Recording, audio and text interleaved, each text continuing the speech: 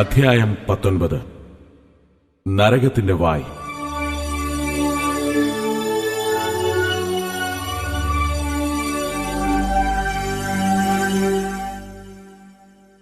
അടുത്ത രാത്രി ഞാനും യേശുക്രിസ്തുവും ചേർന്ന് നരകത്തിന്റെ വായുടെ ഭാഗത്തേക്ക് പോയി.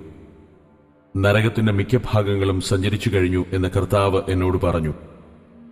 നരകത്തിന്റെ എല്ലാ ഭാഗങ്ങളും നിനക്ക് കാണിച്ചു തരികയില്ല. എന്നാൽ ഞാൻ കാണിച്ചു തന്ന ഭാഗങ്ങളെക്കുറിച്ച് നീ ലോകത്തിലുള്ള എല്ലാവരെയും അറിയിക്കണം.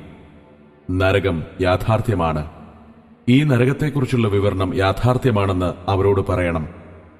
അങ്ങനെയുള്ള ഞങ്ങളുടെ യാത്രയിൽ താഴ്വരയിലേക്ക് ദർശിക്കുന്ന ഒരു കുന്നിൻ മുകളിൽ ചെന്നു. ഈ താഴ്വരയിൽ മനുഷ്യാത്മാക്കൾ കൂട്ടമായി പലയിടങ്ങളിൽ കിടക്കുന്നത് കണ്ടു.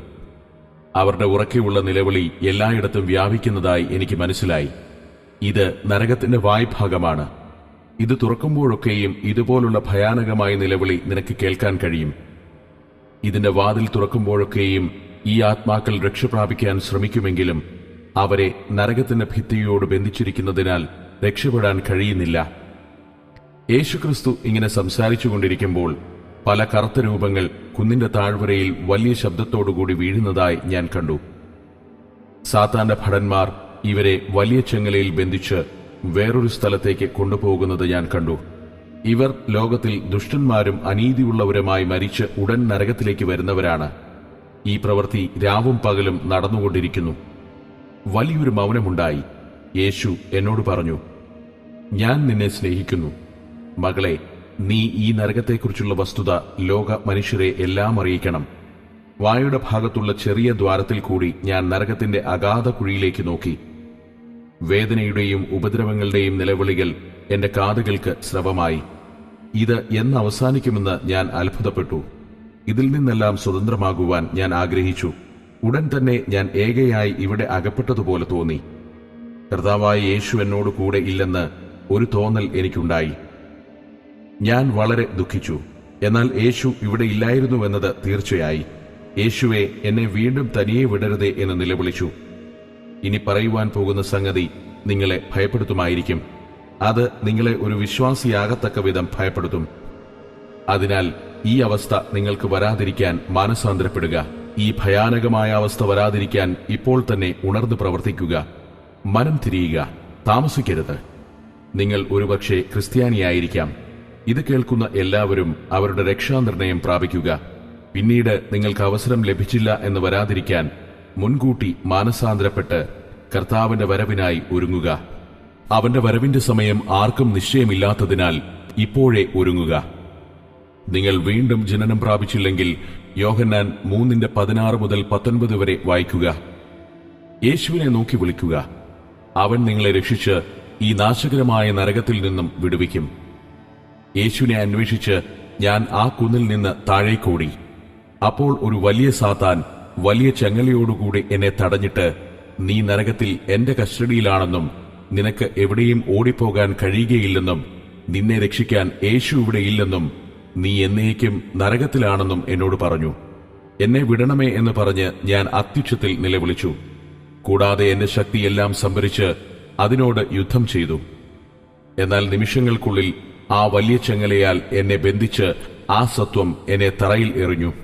ഞാൻ അവിടെ കിടന്നപ്പോൾ അപരിചിതമായ ഏതോ അവസ്ഥ എന്നിൽ സംഭവിക്കുന്നതായും എന്റെ ശരീരം നാറുന്നതായും അസ്വസ്ഥമായ ഏതോ ഒരവസ്ഥയിലേക്ക് ഞാൻ മാറുന്നതായും എനിക്ക് അനുഭവപ്പെട്ടു. എനിക്കെന്ത് സംഭവിക്കുന്നു എന്ന് മനസ്സിലായില്ല. എന്റെ ശരീരത്തിൽ നിന്ന് തൊലിയും മാംസവും ഇറന്നു പോകുന്നതായി എനിക്ക് അനുഭവപ്പെട്ടു. ഞാൻ പേടിച്ച് വലിയ വായിൽ നിലവിളിച്ചു, യേശുവേ, നീ എവിടെയാണ് എന്ന് അലറി വിളിച്ചു. ഞാൻ എന്നെ തന്നെ നോക്കിയപ്പോൾ എന്റെ ശരീരത്തിന്റെ ബാക്കിയുള്ള ഭാഗങ്ങളിൽ വലിയ ദ്വാരങ്ങൾ ഉണ്ടാകുന്നതുപോലെ കണ്ടു. ഞാൻ ഒരു വൃത്തികെട്ട ഗ്രേ നിറത്തിലുള്ള രൂപമായി മാറി. ഞാൻ എന്നേക്കും നരകത്തിലായിപ്പോയി എന്ന് നിലവിളിച്ചു. എന്റെ ശരീരത്തിൽ ദ്വാരങ്ങളും അവയിൽ പുഴുക്കളും കാണുവാൻ കഴിഞ്ഞില്ലെങ്കിലും ഉള്ളതായി എനിക്ക് തോന്നി. അതിനെ എടുത്തുകളയാൻ ശ്രമിക്കുമ്പോഴെല്ലാം അത് വർദ്ധിച്ചു വരുന്നതായും എന്റെ ശരീരം അഴുകിത്തുടങ്ങുന്നതായും ഞാൻ അറിഞ്ഞു. എനിക്ക് ഭൂമിയിൽ വെച്ച് നടന്ന കാര്യങ്ങളെല്ലാം ഓർമ്മ വന്നു. എനിക്ക് നരകത്തിലെ യാതനകളും പ്രയാസങ്ങളും കാണുവാനും കേൾക്കുവാനും അനുഭവിപ്പാനും ഇടയായി. എന്റെ ശരീരാന്തർഭാഗം കാണുവാനും കഴിയുമായിരുന്നു. ഞാൻ വെറുമൊരു അസ്ഥിപഞ്ജരം മാത്രമായിരുന്നെങ്കിലും എനിക്ക് എന്നിൽ സംഭവിക്കുന്നതെല്ലാം അറിയാമായിരുന്നു. എന്നെപ്പോലെയുള്ള മറ്റു പലരെയും കാണാമായിരുന്നു. ഞാൻ വളരെ വേദനയോടെ നിലവിളിച്ചു, യേശുവേ, എന്നെ സഹായിക്കണമേ. ഞാൻ മരിക്കുവാൻ ആഗ്രഹിച്ചു, എന്നാൽ എനിക്ക് അതിന് കഴിയുമായിരുന്നില്ല. എന്റെ കാലിൽ തീ കത്തുന്നതുപോലെ ചൂട് അനുഭവപ്പെട്ടു. ഞാൻ പൊട്ടിക്കരഞ്ഞു. കർത്താവേ, നീ എവിടെയാണെന്ന് വിളിച്ചു ചോദിച്ചു. ഞാൻ നിലത്ത് കിടന്ന് ഉരുണ്ടു. മറ്റുള്ളവരുടെ കൂടെ നിലവിളിച്ചു. ഞങ്ങൾ ചെറിയ ചപ്പുചവറ് കൂന പോലെ നരകത്തിന്റെ വായ്ക്കുള്ളിൽ സഹിക്കാൻ പറ്റാത്ത വേദനയാൽ നീറിക്കൊണ്ടിരുന്നു. കർത്താവേ, നീ എവിടെയാണ്, എവിടെയാണ് എന്ന് അവിടെ കിടന്ന് നിലവിളിച്ചുകൊണ്ടിരുന്നു. ഇതൊരു സ്വപ്നമാണോ എന്ന് ഞാൻ അത്ഭുതപ്പെടാൻ തുടങ്ങി. ഞാൻ ഉണരുമോ? ഞാൻ യഥാർത്ഥമായി നരകത്തിൽ വരത്തക്കവണ്ണം എന്തെങ്കിലും പാപം ദൈവത്തോട് ചെയ്തുവോ എന്ന് ചിന്തിക്കുവാൻ തുടങ്ങി. പരിശുദ്ധാത്മാവിന് നേരെ എന്തെങ്കിലും പാപം ചെയ്തിട്ടുണ്ടോ എന്ന് പരിശോധിക്കുവാൻ തുടങ്ങി. ഞാൻ വിശുദ്ധ വേദപുസ്തക വചനങ്ങളെ ധ്യാനിപ്പാൻ തുടങ്ങി. എന്റെ കുടുംബാംഗങ്ങൾ എന്റെ അടുത്ത് മുകളിൽ ഭൂമിയിൽ എവിടെയോ ഉണ്ടെന്ന് തോന്നി. ഞാൻ യഥാർത്ഥമായി ഇപ്പോൾ മറ്റാത്മാക്കളെപ്പോലെ നരകത്തിലാണെന്നും മനസ്സിലായി. അസംഭവ്യകാര്യമായ എന്റെ ശരീരത്തിന്റെ ഉൾഭാഗങ്ങൾ എനിക്ക് കാണുവാൻ കഴിഞ്ഞു. പുഴുക്കൾ എന്റെ ശരീരത്തിൽ ഇഴയുന്നതായും കണ്ടു. കൂടാതെ വേദന കൊണ്ടും ഭയം കൊണ്ടും ഞാൻ അലറി നിലവിളിക്കാൻ തുടങ്ങി. നിന്റെ യേശുക്രിസ്തു നിന്നെ ഇവിടെ തള്ളിക്കളഞ്ഞിരിക്കുന്നു. നീ ഇപ്പോൾ സാത്താന്റെ വകയാണ്, ഒരു വികൃതരൂപം എന്നോട് പറഞ്ഞു. അതെന്നെ പരിഹസിച്ച് ചിരിച്ചിട്ട് എന്നെ ഒരു ജീവനുള്ളതും അതേസമയം അഴുകിയതുമായ മൃഗത്തിനുമേൽ കിടത്തി. ആ മൃഗം എന്നെപ്പോലെ അഴുകിയതും ചത്ത് നാറുന്നതും ഗ്രേ നിറവുമായിരുന്നു. അസഹനീയമായ ദുർഗന്ധം വമിച്ചിരുന്നു. ആ മൃഗം ഉയർന്ന് മേശ പോലുള്ളിടത്ത് എന്നെ കിടത്തി. ഞാൻ വീണ്ടും, കർത്താവേ, നീ എവിടെയാണെന്ന് നിലവിളിച്ചു. അനേകം ആത്മാക്കൾ രക്ഷപ്രാപിക്കുന്നതിന് നിലവിളിച്ചുകൊണ്ടിരുന്ന ഭാഗത്തുകൂടി ആ മൃഗം എന്നെ കൂട്ടിക്കൊണ്ടുപോയി. ഞാൻ നരകത്തിൻ വാതിൽ പല പ്രാവശ്യം തുറക്കുന്നതും അടയ്ക്കുന്നതും കണ്ടു. കൂടാതെ എന്റെ കൈകൾ എന്റെ പിന്നിൽ കെട്ടപ്പെട്ടിരുന്നു. എനിക്ക് വന്നുകൊണ്ടിരിക്കുന്ന വേദന തുടർച്ചയായിട്ടല്ലായിരുന്നു. അത് പെട്ടെന്ന് വരികയും പെട്ടെന്ന് പോവുകയും ചെയ്യുമായിരുന്നു. ഓരോ പ്രാവശ്യവും വേദന വരുമ്പോഴും ഞാൻ പൊട്ടിക്കരഞ്ഞുകൊണ്ടും കുറയുമ്പോൾ ഭയത്തോടെ എങ്ങനെ ഇതിൽ നിന്ന് രക്ഷപ്രാപിക്കുമെന്ന് പ്രതീക്ഷിച്ചുകൊണ്ടിരുന്നു. ഇതിന്റെ അന്ത്യം എന്താകുമെന്ന് ചിന്തിച്ചുകൊണ്ടുവരുന്നു. ഞാൻ ഈ നരകത്തിൽ വരത്തക്കവണ്ണം എന്ത് പാപം ചെയ്തു എന്ന് എന്നെ ശോധന ചെയ്യുവാൻ തുടങ്ങി. യേശുവേ, നീ എവിടെയാണ് എന്ന് വേദന കൊണ്ട് ഞാൻ നിലവിളിക്കുവാൻ തുടങ്ങി. ഞാൻ കരഞ്ഞെങ്കിലും കണ്ണുനീർ വന്നില്ല. ദീർഘശ്വാസം മാത്രം എന്റെ ശരീരത്തെ ചലിപ്പിച്ചു. ആ മൃഗം എന്തിന്റെയോ മുന്നിൽ നിന്നു. ഞാൻ നോക്കിയപ്പോൾ ഒരു മനോഹരമായ മുറിയായിരുന്നു അത്. അതിൽ അമിതമായ വിലപിടിപ്പുള്ള ശോഭയുള്ള രത്നങ്ങളും മുത്തുകളും നിറച്ചിരുന്നു. ആ മുറിയുടെ നടുവിൽ ഒരു രാജ്ഞിയെപ്പോലെ വസ്ത്രം ധരിച്ച ഒരു സൗന്ദര്യവതിയായ സ്ത്രീ ഉണ്ടായിരുന്നു. ഇതെന്താണെന്ന് എന്റെ ഈ അവസ്ഥയിൽ എനിക്ക് മനസ്സിലാക്കുവാൻ കഴിഞ്ഞില്ല. ഞാൻ ആ സ്ത്രീയോട് എന്നെ സഹായിക്കുവാൻ ആവശ്യപ്പെട്ടു. അവൾ എന്റെ അടുക്കൽ വന്ന് എന്റെ മുഖത്ത് തുപ്പുകയും ശപിക്കുകയും ചെയ്തു. ദൈവമേ, അടുത്തതെന്താണെന്ന് ഞാൻ ദൈവത്തോട് നിലവിളിച്ചു. അവളിൽ നിന്ന് പരിഹസിക്കുന്ന ചിരി പുറപ്പെട്ടു. എന്റെ കൺമുൻപിൽ വെച്ച് തന്നെ അവൾ ഒരു പുരുഷനായും ഒരു പൂച്ചയായും ഒരു കുതിരയായും ഒരു പാമ്പായും ഒരു എലിയായും പിന്നെ ഒരു സുന്ദരനായ ചെറുപ്പക്കാരനായും മാറി. അവൾക്ക് ദുഷ്ടമാന്ത്രിക ശക്തി ഉള്ളതിനാൽ ആഗ്രഹിക്കുന്ന ഏതു രൂപം മാറുന്നതിനും കഴിയുമായിരുന്നു. അവളുടെ മുറിയുടെ മുകളിൽ സാത്താന്റെ രാജ്ഞി എന്ന് എഴുതി വച്ചിരുന്നു.